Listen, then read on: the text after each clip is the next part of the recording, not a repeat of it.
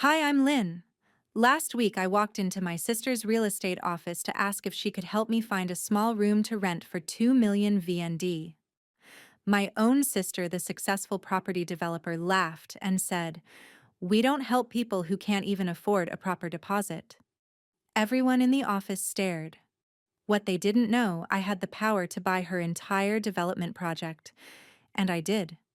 But the real purchase wasn't the property. It was my dignity, my truth, my freedom. Ever been humiliated so publicly that it finally freed you from caring what they thought? Keep watching, because what happened next made her fall to her knees in her own marble lobby.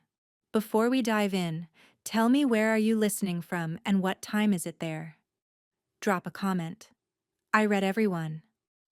The November rain had turned Hanoi's streets into rivers of reflected neon. I pulled my ao coax tighter around my shoulders, an old jacket I'd bought at Zhongshuan Market 5 years ago when 200,000 VND felt like a fortune. The fabric was worn at the elbows, but it kept me dry. That had to be enough. I stepped through the glass doors of Golden Phoenix Properties, my sister Huang's real estate company, in the heart of Hoan Kiem district. The office smelled like fresh paint and jasmine tea, expensive, intimidating. Everyone inside looked like they belonged in a lifestyle magazine.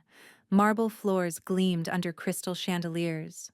I wore secondhand jeans and canvas shoes that had seen too many rainy seasons. The receptionist glanced up, her smile faltering when she took in my appearance. "May I help you?" she asked in that tone people use when they hope you'll say you're lost. "I'm here to see Huang, Ms. Nguyen Thi Huang," I said quietly. "I'm her sister." Her eyebrows lifted slightly, but she picked up the phone. I could hear her whispering, then a pause. "She'll be right out." I stood near a leather sofa that probably cost more than I'd earned all year, trying not to drip rainwater on the pristine floor. Through the glass partition, I could see Huang's office corner unit, floor-to-ceiling windows overlooking Huan Kiem Lake. She was laughing with a client, her perfectly manicured nails catching the light as she gestured at architectural plans. Then she saw me. The laugh died on her lips. She said something to the client, then clicked across the marble in her designer heels. She wore white. Of course she did. A spotless white suit that screamed success. "Lynn," she said loud enough for everyone to hear. "What brings you to my office? Did security let you in?" The words stung, but I kept my voice steady. "I need help finding a place to rent. Something small. My landlord is selling the building." She tilted her head, that fake concern spreading across her face. "Oh, little sister. Still struggling, I see. What's your budget?" 2 million a month, I said. "I know it's not much, but—" Her laugh cut through the office like breaking glass. 2 million in Hanoi. She turned to her staff, who had all stopped pretending to work. "Did you hear that my sister wants to rent in the capital for pocket change?" A younger agent suppressed a smirk. The client she'd been meeting with shifted uncomfortably. Huang leaned in closer, her voice honeyed poison. "We don't help people who can't even afford a proper deposit. This isn't a charity, Lin. Maybe try the outskirts of Hajong, or better yet, go back to Bac Ninh, where prices match your circumstances." The word circumstances dripped with disdain. Someone actually chuckled. I stood there, rain still dripping from my jacket, feeling 20 pairs of eyes dissecting my worth. In that moment, I saw myself through their eyes, the failed sister, the family embarrassment, the one who never amounted to anything. I touched the jade bracelet hidden under my sleeve, a habit from childhood when I needed strength. My fingers found the smooth stone warm against my skin. "I understand," I said softly. "Thank you for your time." Huang's smile widened, victorious. "Security will show you out. And Lin, next time call first. I have real clients to attend to." I walked back through those glass doors, past the security guard who wouldn't meet my eyes, out into the November rain. My reflection in the building's polished exterior looked small, tired, defeated. They had no idea what they'd just done. That night in my cramped studio apartment in Kaohsiung, I sat at my laptop and typed in a password. Only 3 people in Southeast Asia knew existed. The screen flickered to life with an interface most people would never see clean, minimalist, powerful. My real name wasn't even on it. Just a code, Phoenix 7. I smiled, remembering what my grandmother used to say, Con Phuong Huang Kong, Can Kue Long Vu. A phoenix doesn't need to show its feathers. Tomorrow, they would learn why. I closed my eyes for a moment, letting the memory wash over me. 5 years ago, I'd been sleeping on friends' couches, too proud to go home, after Huang publicly announced at TET that I was studying computers because she couldn't get into a real university. What she didn't know, what none of them knew, was that I'd been recruited by a tech accelerator in Singapore. My app, a simple solution for micro merchants to track inventory, had caught the eye of an angel investor. This could revolutionize street commerce across Southeast Asia, he'd said. I'd laughed then, thinking he was exaggerating. Now, looking at my screen, I saw the truth he'd predicted. Phoenix 7 had grown from that tiny app into a fintech empire worth 2.8 trillion VND.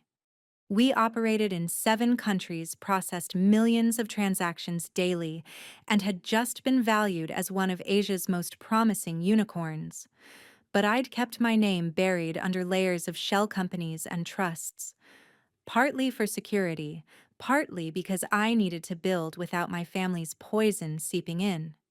I pulled up our real estate holding subsidiary, something I'd started 2 years ago, when we needed physical locations for our payment kiosks.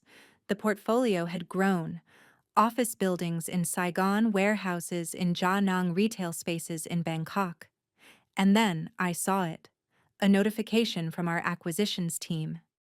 Golden Phoenix Properties has submitted a partnership proposal for Project Lotus, their new luxury development in Tai Ho.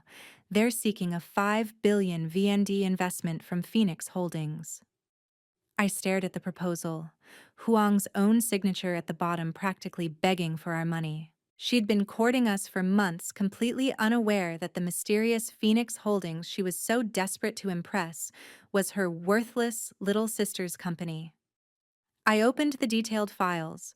The development was ambitious, 48 luxury villas overlooking West Lake. But I knew something she didn't.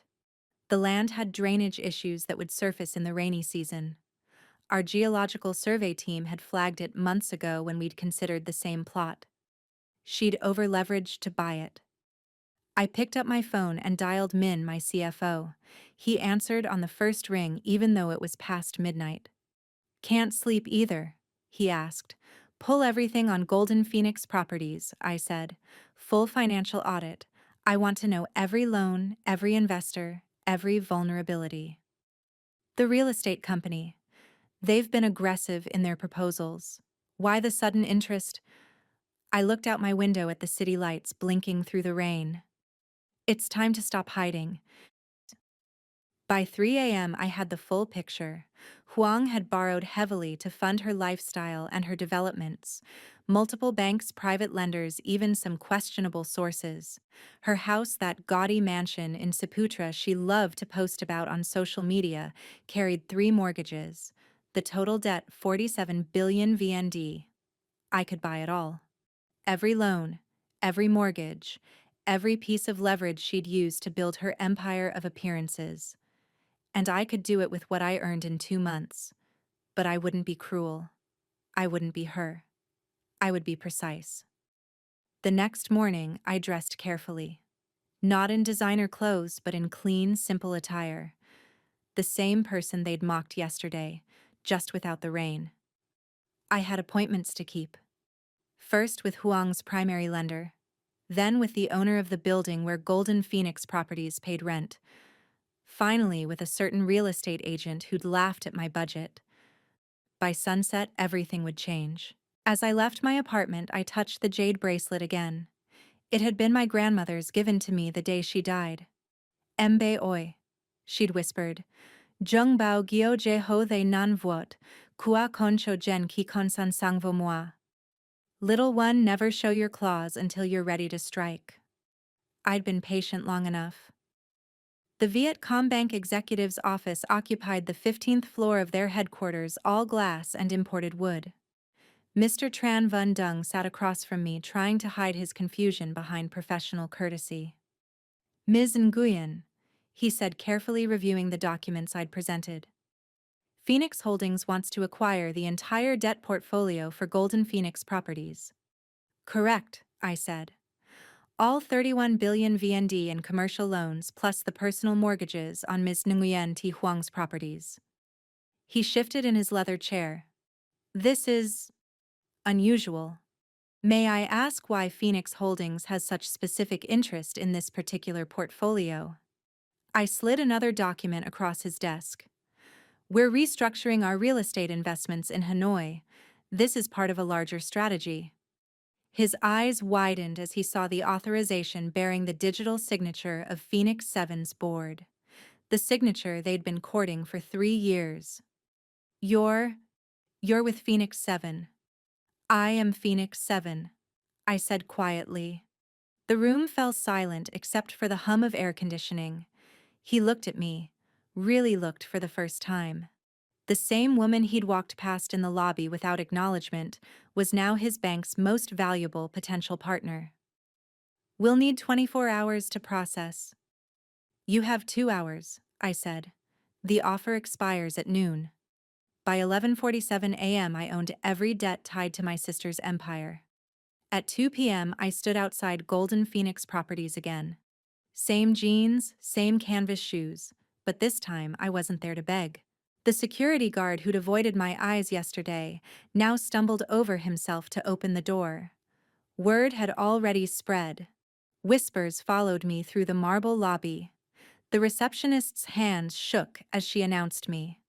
Huang emerged from her office trying to project the same superiority as yesterday, but something flickered in her eyes, uncertainty. "Back again, I told you we don't. I'm here to discuss the Saputra property," I interrupted. "The one at 48 Lac Long Quan." She froze. That's my personal residence." "Not anymore." I pulled out the deed transfer documents. "As of 11:47 this morning, I own the mortgage, all 3 of them, and since you're 4 months behind on payments." The color drained from her face. Around us, her staff had gone completely still. "That's impossible. The bank wouldn't." "Sell your debt to Phoenix Holdings." I smiled. They were quite eager, actually, especially when they learned I was personally handling the acquisition. "You?" She laughed, but it came out strangled. "You can barely afford rent. This is some kind of joke." I pulled out my phone and showed her the Phoenix 7 interface. Her face went white as she recognized the logo, the same one she'd been desperately trying to court. "No," she whispered. "You can't be. The beggar you turned away yesterday." I met her eyes. "Yes, I am." The silence was deafening. Then, like a marionette with cut strings, Huang dropped to her knees on her own marble floor. The sound echoed through the office. "Lin!" She gasped, tears already streaming. Please. I didn't know. I didn't mean—" "Get up," I said quietly. "This isn't about humiliation." But she didn't move. Couldn't move. Behind her, I saw her staff exchanging shocked looks. Some pulled out phones, probably checking Phoenix 7's corporate registry, confirming the impossible. "My daughter," Huang sobbed. "She's in international school. The fees. If you take the house." I knelt down, bringing myself to her level. Not to mock, but to look her in the eye. "I bought your house in cash," I said. "Every loan paid in full. You're debt-free." She blinked, confused. "I don't understand." "But you no longer own it." "I do." I stood, helped her to her feet. "You have 30 days to relocate. After that, I'm converting it into affordable housing for tech workers, people who are trying to build something real." You're evicting me." "I'm freeing you," I said.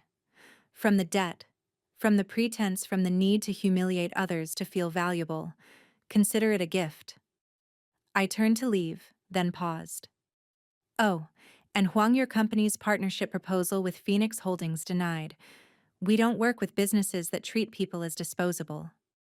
As I walked toward the door, she called out desperately, Lynn M., please stay. We can work together. You and me, sisters in business. I'll make you a partner. Executive level. Just, just stay. I stopped but didn't turn around. You had that chance yesterday. You chose mockery instead. The glass doors closed behind me with a soft whisper. Outside, the November rain had stopped, and weak sunlight broke through the clouds, reflecting off the wet streets like scattered gold. My phone started buzzing before I even reached the coffee shop on Jin Tien Huang. First, my mother's ringtone, a traditional Vietnamese lullaby she'd insisted on years ago. I let it go to voicemail. Then my father. Then my brother Than in Gia Nang. Then cousins I hadn't heard from since Tet 2019. The family machine had activated. I ordered a cape sua ja and found a quiet corner. The first voicemail was predictable. Con Lin. My mother's voice trembled with perfectly calibrated distress. What have you done to your sister? She called me crying, saying you stole her house. How could you? After everything this family has done for you? I almost laughed.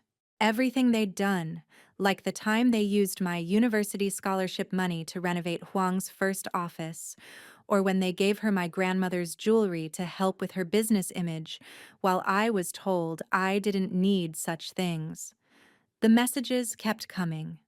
By the fifth one, the tone had shifted from accusation to negotiation. Lynn, dear, my aunt's honeyed voice cooed. There must be some misunderstanding. Family doesn't treat family this way. Call me back. Let's have tea and work this out like civilized people. By evening, they'd escalated. My brother Than sent a text. If you don't fix this, you're not welcome at Tet.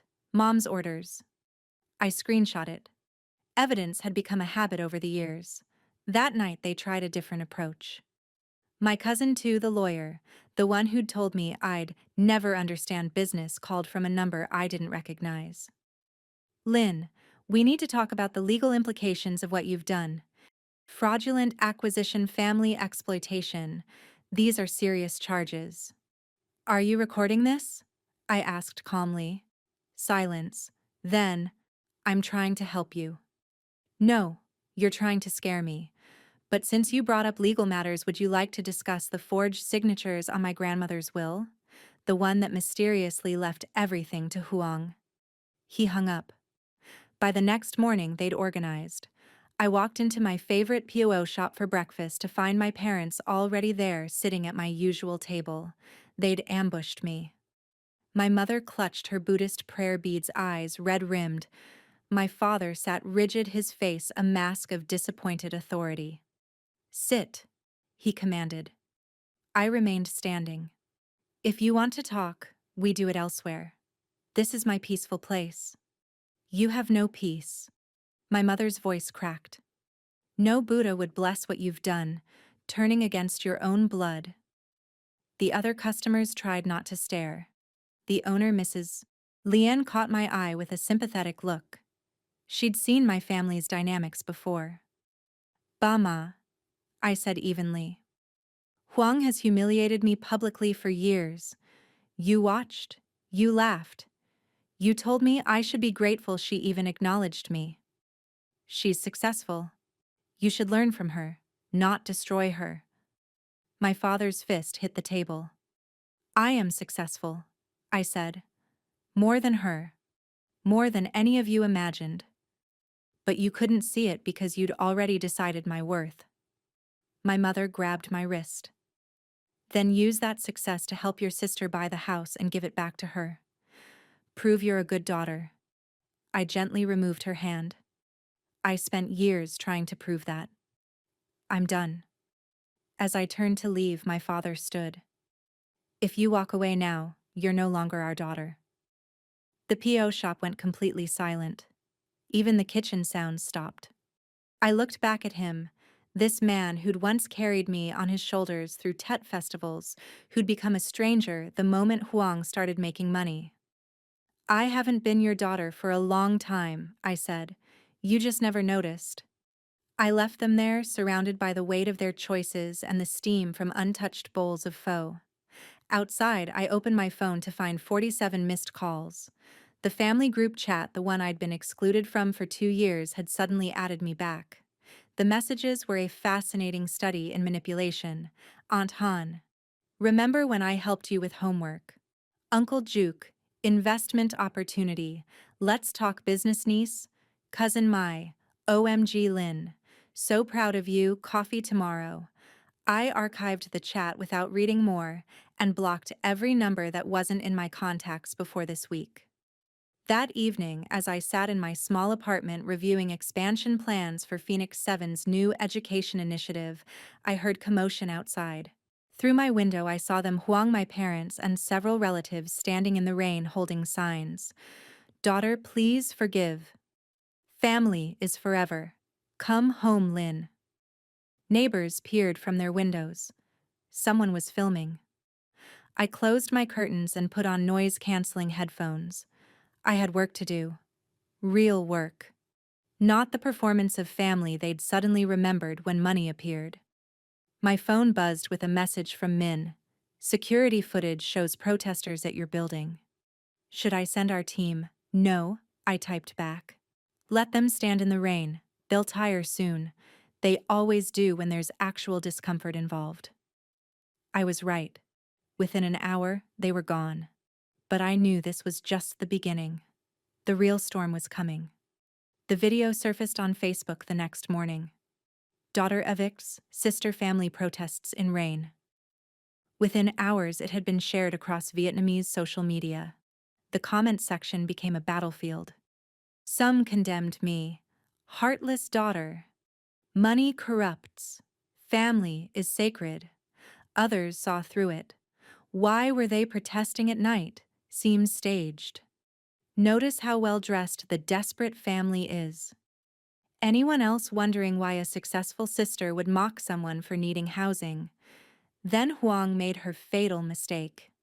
She went on a popular podcast, Hanoi Business Today, wearing designer clothes while crying about her cruel sister.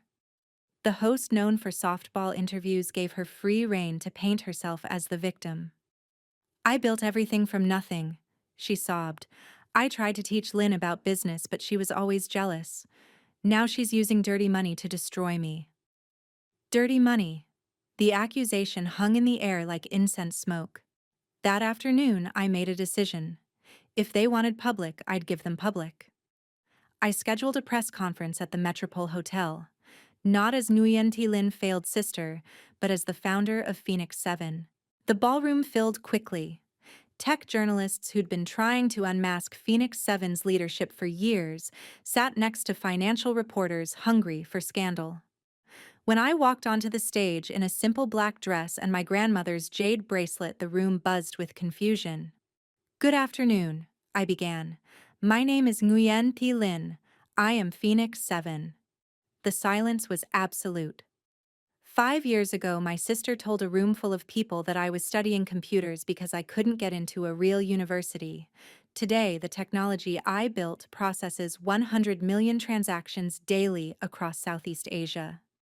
I clicked to the first slide, Phoenix 7's growth trajectory. 3 years ago, my parents used my scholarship money to fund my sister's business.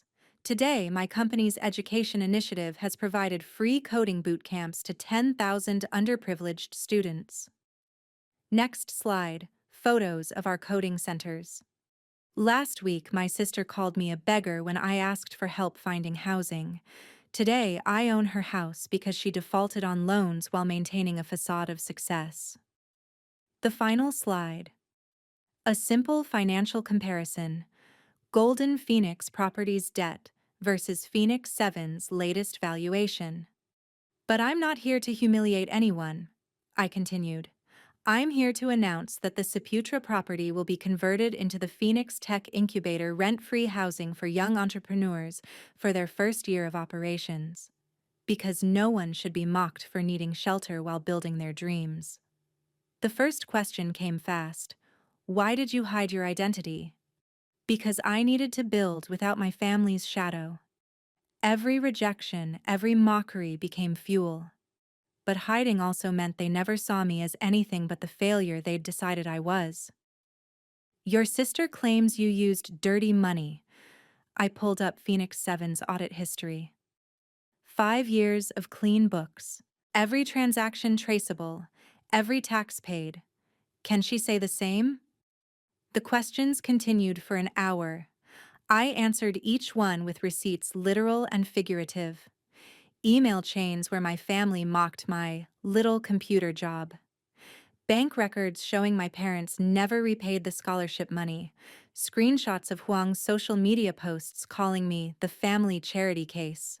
But the most powerful moment came from an unexpected source.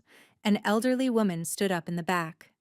I recognized her immediately, Mrs. Pham from the traditional medicine shop near my old apartment. "May I speak?" she asked. The moderator looked confused but nodded. "This girl," Mrs. Pham's voice carried across the room, "paid my granddaughter's school fees for 3 years when my son died. Never told anyone. Never asked for thanks. Just did it because she saw us struggling."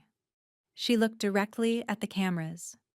That family on TV crying about houses, they never once helped anyone but themselves. The room erupted. Other voices joined in. A street vendor whose microloan through our app saved his business, a young developer who got her start at one of our boot camps, a security guard from Huang's building confirming the humiliation I'd endured. By evening, Cairn Phoenix revealed was trending. The narrative had flipped completely. My phone buzzed with a message from our PR team. 3 international outlets want exclusive interviews: Bloomberg, TechCrunch, Nikkei. But I was looking at a different message. "From Huang, please. Let's talk. Just sisters? No cameras? No lawyers? Please." I stared at it for a long moment. Then I typed, "Tomorrow, 10 a.m., the PAO shop where Mom and Dad ambushed me. Come alone." She responded immediately, "Thank you. Thank you. I'll be there."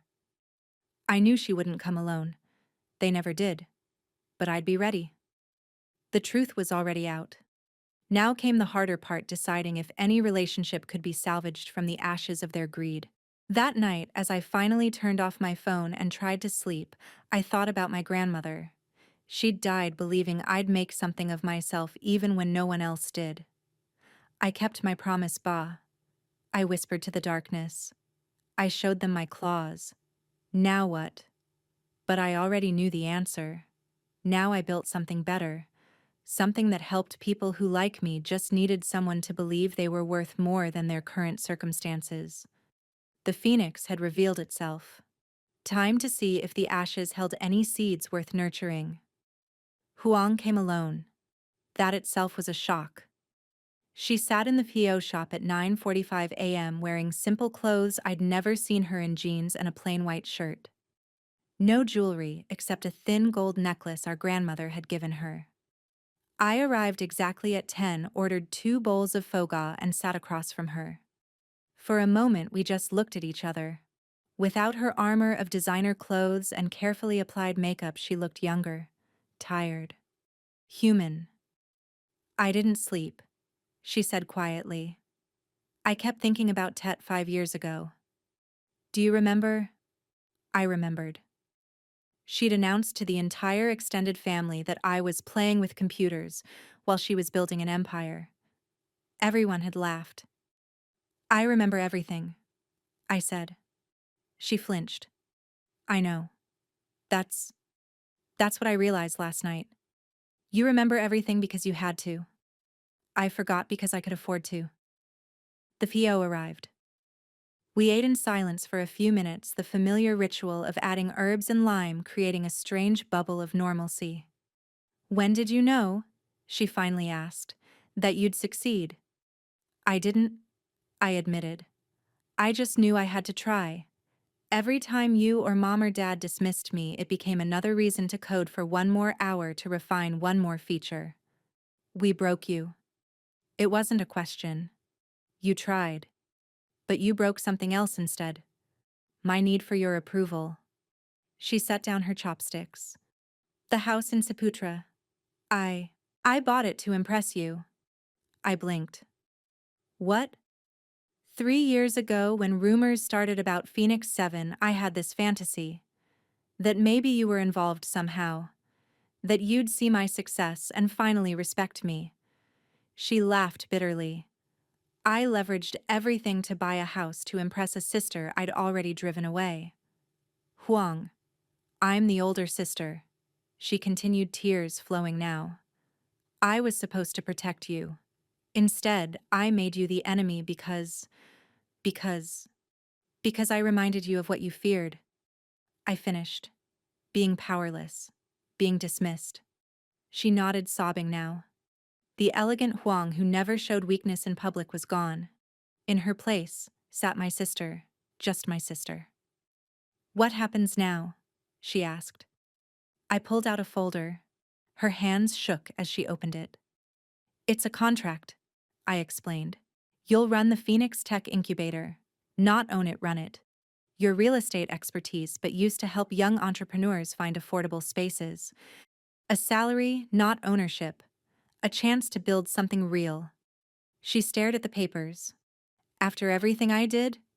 Not forgiveness, I said carefully. A second chance. But there are conditions. Full financial transparency. Monthly audits. And you report to my CFO, not me. Why not you? Because we're not there yet. Maybe we never will be. But I won't let our past poison what could help thousands of young dreamers. She signed without reading further. What about Mom and Dad? That was harder. They made their choice when they said I wasn't their daughter anymore. They didn't mean. They did. And that's okay. I've built my own family. People who saw my worth when I couldn't afford to show it.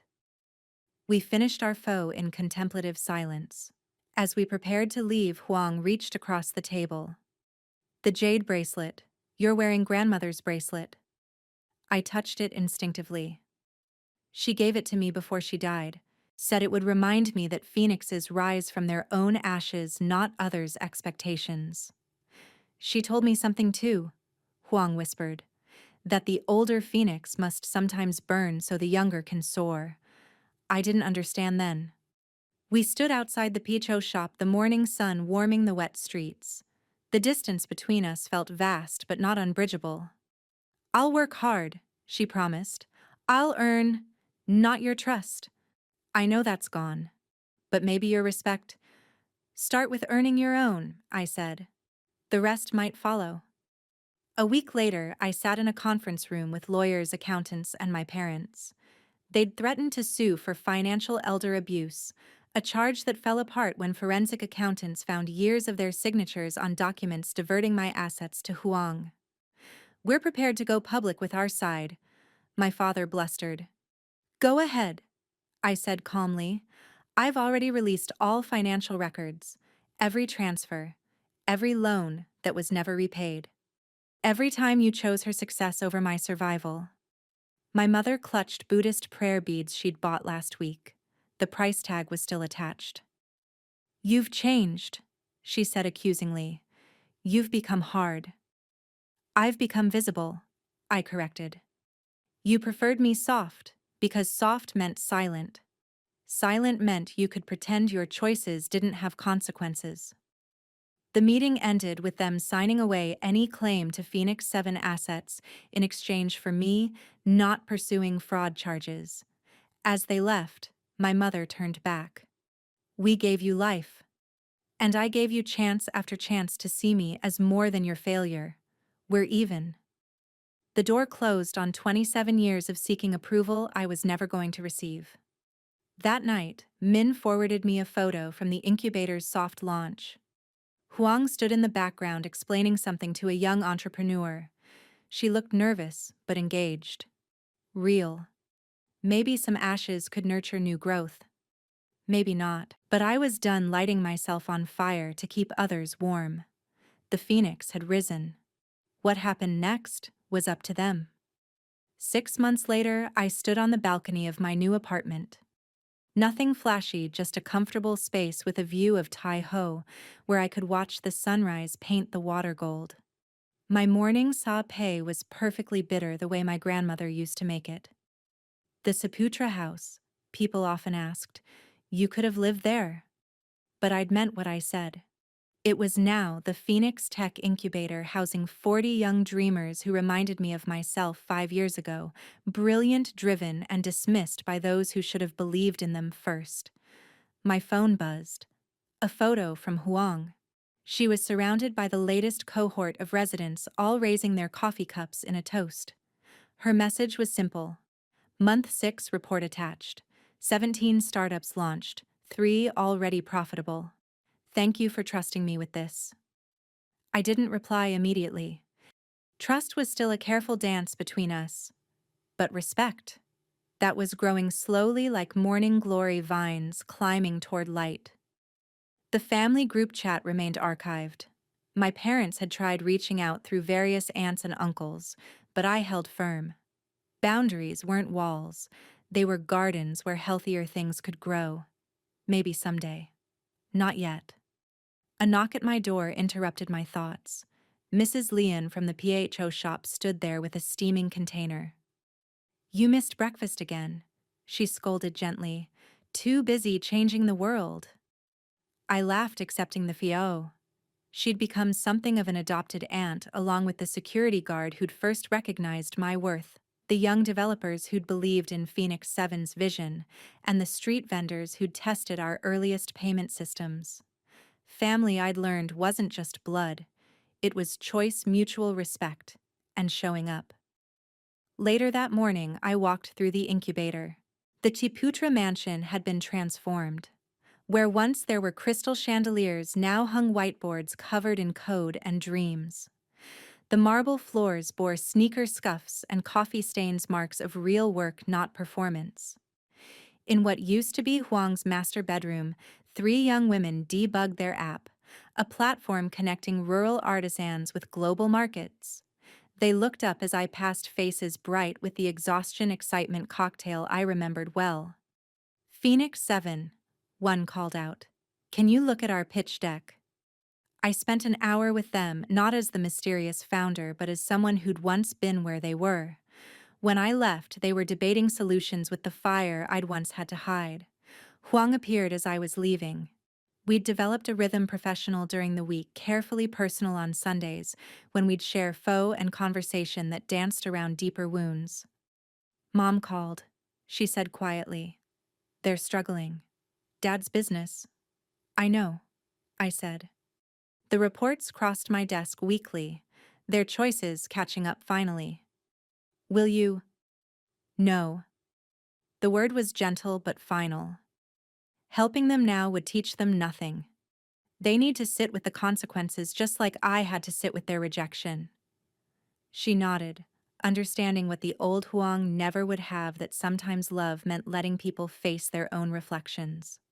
That evening, I returned to my apartment to find an unexpected package. Inside was my grandmother's pho bowl, the one with the small chip on the rim, the one she'd served me countless meals in when my parents were too busy to come home. The note was in my mother's handwriting. She would want you to have this. We finally understand why. I held the bowl for a long moment, feeling its familiar weight. Then I placed it carefully on my shelf next to the awards Phoenix 7 had won, the photos of our boot camp graduates, and the jade bracelet I wore only on special occasions now.